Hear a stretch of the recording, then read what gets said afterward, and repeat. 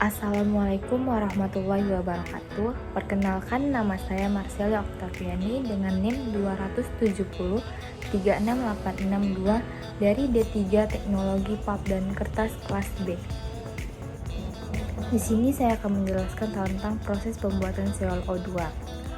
Klorin dioksida pertama kali ditemukan pada tahun 1811 dalam bentuk gas berwarna kuning kehijauan oleh Sir H. Davy dengan mereaksikan potasium klorat atau KClO3 dengan asam klorida. Kemudian ditemukan bahwa ClO2 dapat digunakan dengan larutan asam asetat yang digunakan untuk bleaching bubur kertas. Pada tahun 1930-an, Matheson Alkali Works pertama kali mengembangkan proses komersial pembuatan ClO2. Nah, pembuatan dari ClO2 yaitu natrium klorat diproduksi dengan melewatkan arus listrik melalui larutan garam. Garam untuk reaksi ini adalah produk sampingan dari produksi klorin dioksida. Produk sampingan reaksi dari produk natrium klorat adalah hidrogen. Asam klorida diproduksi oleh pembakaran klorin dan gas hidrogen bersama-sama. Hidrogen berasal dari natrium area proses klorat, dan klorin berasal dari proses kloralkali. Natrium kuat, cairan klorat, dan asam klorida kemudian digabungkan dalam generator klorin dioksida untuk membentuk gas klorin dioksida, gas klorin, dan garam. Gas klorin dioksida diserap dalam air untuk menghasilkan larutan klorin dioksida yang digunakan di pabrik pemutih.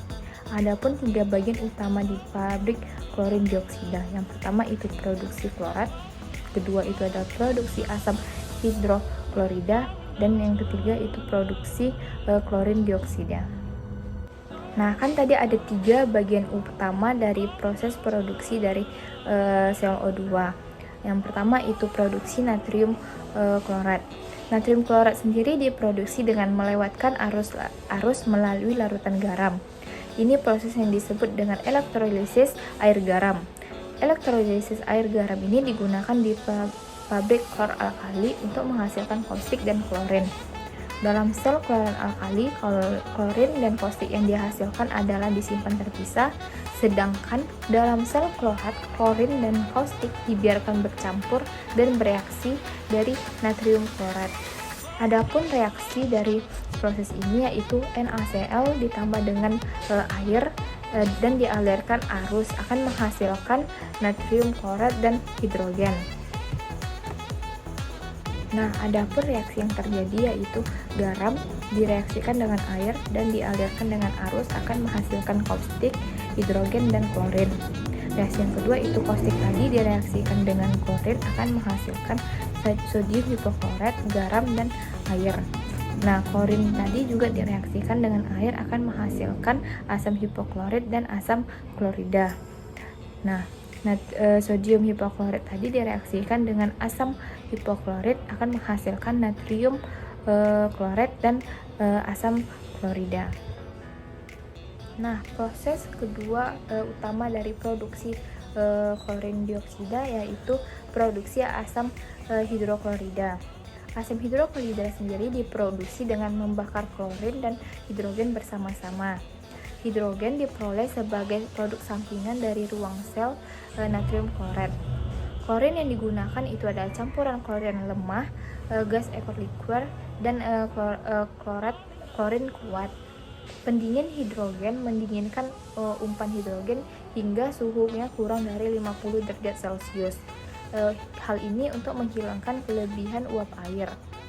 Unit sintetis asam klorida akan menghasilkan asam klorida dengan membakar klorin dan hidrogen dan menyerap gas ke dalam air demineralisasi menjadi 32% larutan asam klorida. Scrubber gas menyerap sisa gas hidrogen klorida dari ventilasi unit sintetis asam klorida. Gas sebelum dilepaskan ke atmosfer, ada 2 tangki penyimpanan asam klorida yang dikumpulkan untuk mengumpulkan larutan klorida dari unit-unit asam klorida dan tahan pasokan asam klorida untuk pabrik klorin dioksida. pabrik klor, alkali, dan pabrik lainnya. Nah, yang ketiga itu ada proses produksi klorin dioksida, yang mana klorat kuat disaring untuk kotoran, kemudian dikirim ke klorat kuat pendingin untuk mendinginkan klorat dan dikirim ke umpan klorat kuat. Umpan klorat dan umpan hidroklorik dikirim ke generator. Produk yang terbentuk dari generator itu adalah klorin dioksida dan klorat lemah. Klorat yang lemah dikirim ke evaporator klorat lemah untuk menghilangkan uap air atau menghilangkan kelebihan air dari klorat lemah untuk mengonsentrasikan klorat. Klorat lemah dipanaskan hingga suhu tinggi di mana air berada direbus sebagai uap yang keluar di bagian atas. Level di generator dan reaktor natrium klorat ditetapkan overflow garis. Level di operator klorat lemah ditetapkan oleh pengontrol level. Tingkat di tangki umpan klorat yang kuat akan berubah karena perubahan tingkat produksinya. Tingkat meningkat ketika tingkat produksinya meningkat. Ini bervariasi dari 30% sampai 80%. Nah, klorin yang dioksida tadi diserap dalam penyerap klorin dioksida dengan melewatkan air dingin.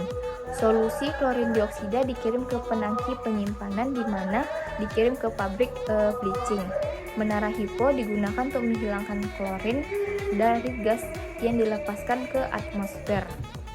Nah, tangki klorin dioksida ini memiliki atap mengembang, atap terapung yang bergerak di sepanjang tingkat pemungkaan cairan. Atap apung digunakan untuk mengurangi kerugian ventilasi dengan meminimalkan ruang di atas permukaan cairan. Atap mengambang di dalam klorin dioksida. Tangki penyimpanan yang terbuat dari segmen PRP yang berhubungan bersama di sekitar di bagian tengah. Di atap apung dilindungi oleh atap tetap. Ruang antara atap terapung dan atap tetap disapu udara ke menara HIPO untuk mencegah akumulasi klorin dan klorin dioksida. Sekian penjelasan tentang produksi klorin dioksida.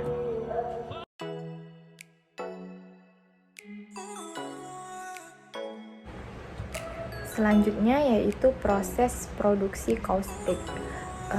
Di pabrik kimia sendiri, kaustik dan klorin diproduksi dengan elektrolisis natrium larutan klorida dalam elektroliser membran. Kaustik yang dihasilkan sebesar 32% konsentrasi, gas klorin yang dihasilkan dicairkan dan disimpan dalam insulasi dingin penyimpanan. Pabrik klor alkali terdiri dari proses utama yaitu air asin perawatan, electrolyzer, penanganan klorin, dan penanganan kaustik, dan sistem HIPO untuk menangani kehilangan klorin. Elektrolyzer sendiri menghasilkan 32% kaustik, 99,9% klorin, dan 99% hidrogen. Itu elektrolyzer membutuhkan aliran terus-menerus dari air garam murni setengah jenuh dan kaustik encer 29-30%. Gas klorin yang dihasilkan harus didinginkan dan disirkulasi kembali ke elektrolyzer. Itu kaustik resirkulasi yang diencerkan hingga 30% dengan air demineralisasi. Hidrogen didinginkan dan dibakar dengan satuan HCl. Air garam bekas yang keluar dari elektrolyzer dideklorinisasi dan dikirim kembali ke sistem saturnasi air garam. Garam make up ditambahkan dan air garam dijenuhkan dan diperlakukan untuk memberi makan air garam murni ke elektrolyzer. Sebelum air garam diumpankan ke elektrolyzer, perlakuan itu untuk menghilangkan kotoran. Biasanya garam mengandung pengotor seperti kalsium, magnesium, dan sulfat. Perawatan air garam terdiri dari dua bagian, yaitu perawatan primer dan perawatan sekunder. Sistem primer terdiri dari saturasi air garam dan perlakuan kimia, klasifikasi, dan filtrasi. Dalam perawatan sekunder itu air garam dilarutkan melalui ion tukar kolom untuk menurunkan kekerasan ke tingkat ppb. Menghasilkan air garam dari elektrolyzer di deklorinisasi setelah menaikkan pH menjadi basa, air garam dikirim ke saturator. Klorin yang dihasilkan ke elektrolyzer didinginkan untuk menghilangkan yang terbawa atas uap air. Gas yang didinginkan dilewatkan melalui menara pengering di mana konter saat ini asam sulfatnya beredar. Gas klorin dikompresi dalam tipe cincin kompresor dan asam sulfat sebagai cairan segel dicairkan dalam liquefier dan disimpan di tang. Pada proses produksi kaustik itu ada beberapa proses utama. Yang pertama itu ada perawatan air garam atau brine treatment. Dalam brine treatment ini yang pertama itu ada saturator. Dalam saturator, air demineralisasi dicampur dengan air garam yang dideklorisasi sebelum liksator. Air garam deklorisasi dipompa dari tangki garam deklorisasi ke liksator. Garam diturunkan ke dalam liksator agar liksatornya tetap penuh. Air garam jenuh dipompakan dari liksator ke tangki perawatan. Kotoran atau limbah yang tidak larut dihilangkan dari saturator secara berkala. Nah, selanjutnya liksator memiliki 3 zona, yang mana zona penyimpanan, zona pelarutan, dan zona filtrasi. Zona penyimpanan itu adalah zona di atas di mana garam disimpan di zona larut. Garam dilarutkan ke dalam larutan air garam yang lemah yang dideklorisasi untuk menghasilkan larutan air garam yang jenuh. Yang lemah, air garam dimasukkan ke dalam zona pelarutan melalui pipa distribusi. Yang jenuh, air garam meninggalkan zona pelarutan dan mengalir turun ke zona filtrasi di mana kotoran tidak larut ke dalam air dihilangkan melalui self filtrasi. Air garam jenuh meninggalkan liksator melalui pipa kolektor di bagian bawah liksator. Selanjutnya ke tangki perawatan air asin. Tangki pengolahan air garam mengubah kotoran seperti kalsium, magnesium, senyawa sulfat, dan besi menjadi pengotor yang tidak larut dengan mereaksikannya dengan bahan kimia. Reaksi antara pengotor larut dan bahan kimia perawatan membutuhkan tempat di tangki pengolahan air garam. Bahan kimia yang digunakan untuk pengolahan ini yaitu natrium karbonat yang berfungsi untuk mengendapkan kalsium serta barium klorida untuk mengendapkan sulfat dan sejumlah kecil larutan hidroksida yang untuk menghilangkan magnesium dan besi. Itu ada dalam tangki perawatan ini ada 2. Yang pertama tangki perawatan air asin 1. Kelebihannya itu dari clarifier ke brine treatment tank 1 untuk merangsang pembentukan koagulan di brine treatment 1. Sedangkan tangki perawatan air asin kedua itu untuk menambahkan beberapa bahan kimia untuk menghilangkan bahan kimia lain yang tidak diperlukan dan hanya mendapatkan NaCl. Adapun dasar reaksi kimianya yaitu untuk kalsium CaSO4 ditambah dengan natrium Na2CO3 akan menghasilkan CaCO3 dan Na2SO4. Nah, selanjutnya itu ada klarifikasi. Klarifikasi ini adalah proses di mana partikel yang tersuspensi yang lebih berat diizinkan untuk mengendap karena gravitasi dan air garam jernih diperoleh di bagian atas. Menambahkan koagulan untuk mengeneralkan padatan suspensi untuk meningkatkan volume dan massa adalah tujuan utama dari proses ini. Clarifier adalah bejana silinder besar.